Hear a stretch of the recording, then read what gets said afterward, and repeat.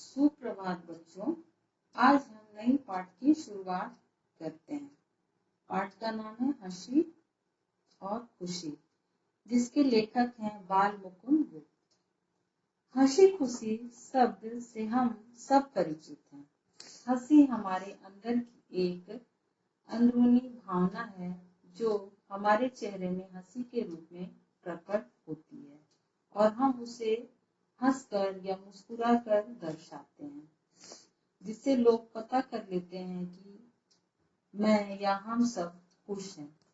यह खुशी हमारे शरीर की अंदरूनी हिस्सों को स्वस्थ और तरोताजा बनाती है, जिससे हम सब निरोग और सुंदर, स्वस्थ, स्फूर्तिदायक महसूस करते हैं। हंसने से एक प्रकार की शक्ति हमारे शरीर को मिलती है और हमारा शरीर निरोग और शक्तिशाली महसूस करता है। हंसना मनुष्य को ईश्वर द्वारा दिया गया एक वरदान है, जो कि अन्य किसी भी प्राणी के पास नहीं होता। मनुष्य की हंसी उसकी आंतरिक प्रसन्नता को प्रकट करती है। इस निबंध में विश्व के विद्वानों के विचारों के माध्यम से जीवन में हंसी के महत्व को बताया गया है। हंसने और न हंसने वाले लोगों का उदाहरण देकर बताया गया है कि हम हंसी के महत्व को कैसे समझें और दुखी होने के हानिकारक प्रभाव से कैसे बचें। तो आओ पाठ की शुरुआत करते हैं। यह संक्षेप में मैंने इसके महत्व को बताया कि हंसी और खुशी का क्या महत्व है। हंसी और खुशी दोनों आपस में सिक्के के दो पहलू हैं। हंसते हैं इससे जाहिर जरूर होता है कि हम खुश हैं, यह हमारा एक संकेत है।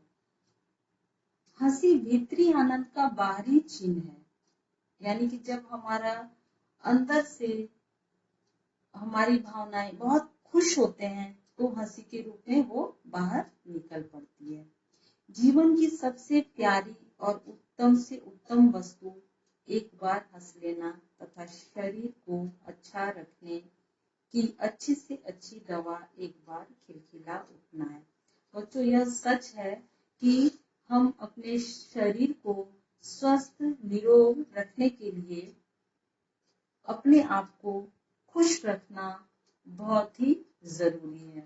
जो लोग हमेशा दुखी रहते हैं उनको आप जल्दी निरोग नहीं पाओगे। पुराने लोग कह गए हैं कि हंसो और पेट फुलाओ, यानी कि आप हमेशा खुश रहो। पुराने लोगों का भी यह कहना है कि हमें अपनी चिंताओं से विमुक्त होकर, अपने सारे परेशानियों से दूर होकर हमें हमेशा खिलखिलाकर हंसना चाहिए, खुलकर हंसना चाहिए। यह हंसी बहुत ही या कितने कला कौशलों से भली है, अच्छी है। जितना ही अधिक हम आनंद में रहेंगे, हंसेंगे, हमारी आयु उतनी ही बढ़ेगी। यह पुराने लोगों का भी कहना है। एक यूनानी विद्वान कहता है कि सदा अपने कर्मों पर झींकने वाला हेराक्लिस बहुत कम जिया। यहाँ एक हेराक्लिस का उदाहरण दिया गया है जो हमेशा परेशान रहता है, दुखी रहता है। वह बहुत ही कम दिन जिया। पर प्रसन्न मन डेमोक्रिटस का उदाहरण दिया गया है कि वह हमेशा खुश रहा करता था, हमेशा हंसता था, अपने दुखों से दूर रहता था। वह डेमोक्रिटस 109 वर्ष तक जिया। हंसी खुशी का नाम ही जीवन है। अब यहाँ जीवन जीने की एक कला बताई गई है कि हंसना और खुश रहना अपने जीवन को जीने की एक कला है। जो हमेशा दुखी रहते हैं, चिंतित रहते हैं, वह जीवन को जीते नहीं है। जो रोते हैं उनका जीवन व्यर्थ है। कवि कहता है, जिंदगी जिंदा दिली का नाम है, मुर्दा दिल खाक जिया करते हैं। आप इसे अंडरलाइन करोगे, इन पंक्तियों को अंडरलाइन करोगे। मनुष्य के शरीर के वर्णन पर एक विलायती विद्वान ने, यानी कि एक विदेशी विद्वान ने एक पुस्तक लिखी है। उसमें वह कहता है कि उत्तम सुअवसर की हंसी उदास से उदास मनुष्य के चित्त को प्रफुल्लित कर देती है, खुश कर देती है।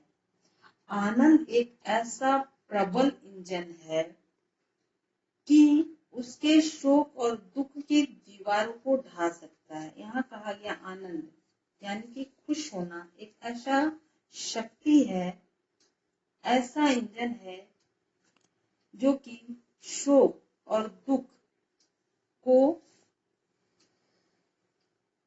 गिरा सकता है, यानी कि अपने कब्जे में ले सकता है और उसे दूर कर सकता है। प्राण रक्षा के लिए उत्तम से उत्तम उपाय चित्त को प्रसन्न रखना है। प्राण रक्षा के लिए, अपने जीवन की रक्षा के लिए, अपने जीवन को बचाने के लिए, उसे लंबी करने के लिए यहाँ उत्तम से उत्तम उपाय बताया गया है। अपने मन को प्रसन्न रखना, चित्त यानी अपने मन को प्रसन्न रखना।